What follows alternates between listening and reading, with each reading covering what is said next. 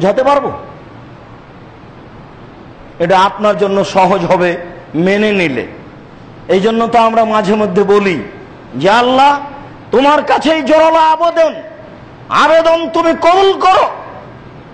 তুমি যদি আমাদের দিয়ে খিদমত নিতে চাও তাহলে তুমি আমাদেরকে জাতির সামনে গ্রহণীয় করো। জাতি যেন আমাদের কথা কবুল করে, তারা যেন শুনে মানার চেষ্টা করে। আর যদি আমাদের দিয়ে খিদমত না হয় তাহলে তুমি এমন মানুষ দুনিয়াতে পাঠাও যারা বলিষ্ঠ কণ্ঠে, নির্দ্বিধায়, দ্বিধাহীন কণ্ঠে, ব্যর্থহীন ভাবে তোমার কোরআন এবং হাদিসের কথা বলবে, জনগণ মানবে।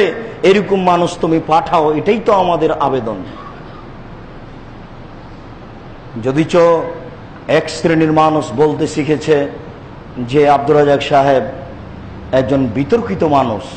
আমি বুঝলাম না বিতর্কিত কাকে বলে। 1990 সাল থেকে নিয়ে এখন পর্যন্ত কোন একটা বাক্য বলেছি নিজ স্বার্থে, এ কথা আমার জানা নাই।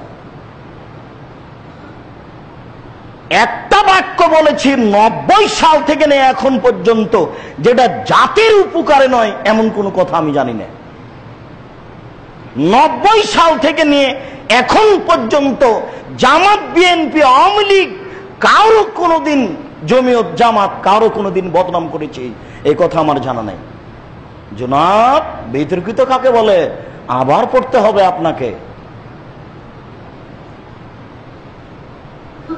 কোটি কোটি মোবাইলে সারা পৃথিবীতে বক্তব্য চলছে, শত শত বক্তব্য নেটে আছে। টান দিয়ে দেখুন কখন আপনাকে আমি কথা বললাম।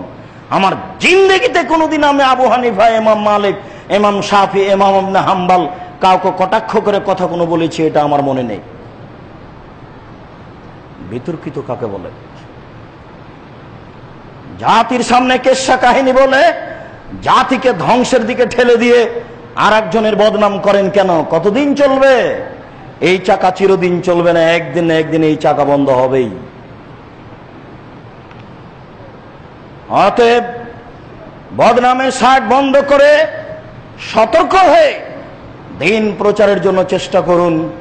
আনাস রাদিয়াল্লাহু তাআলা আনহু বলেন, রাসূল সাল্লাল্লাহু আলাইহি ওয়াসাল্লাম বলেছেন, লা তুজুল মুসলিমিনা, তোমরা মুসলমানকে কষ্ট দিও না, ওয়ালা তুয়াইরু, তাদের নিন্দা করো না, ওয়ালা তাত্তাবিউ আওরাতাহুম, তোমরা তাদের পিছনে লাগো না।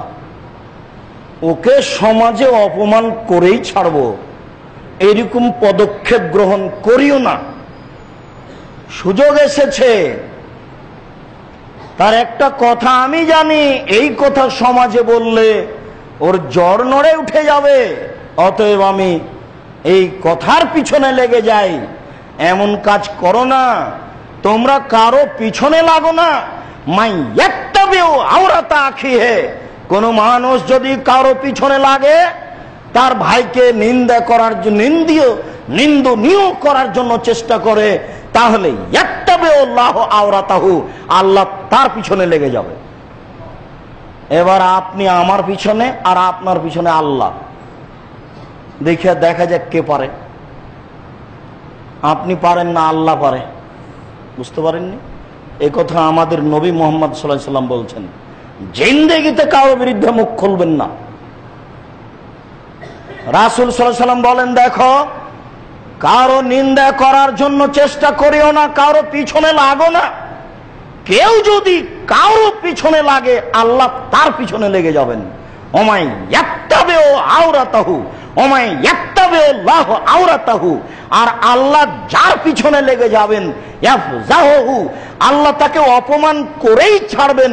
ওয়ালাউ কানা ফি যাওফি রাহলিহি, সে তার বাহনের উটের পেটের ভিতরে লুকিয়ে থাকলেও। কি বুঝলেন? মানুষ কি তার উটের পেটের ভিতরে ঢুকতে পারবে? তার মানে এ দেশে একজনের গীবাত বদনাম করে আমেরিকা পালিয়ে গেছে, সেখানেও তার অপমান হবেই হবে। কেন? তার পিছনে আল্লাহ লেগে আছে। কথার কথা, কেউ যদি কারো বদনাম করার পরে মাটির ভিতরে একটা গর্ত খুলে ঢুকে যায়, কেউ যদি না দেখে তবু সে অপমান হবেই। কেন? তার পিছনে আল্লাহ লেগে গেছেন।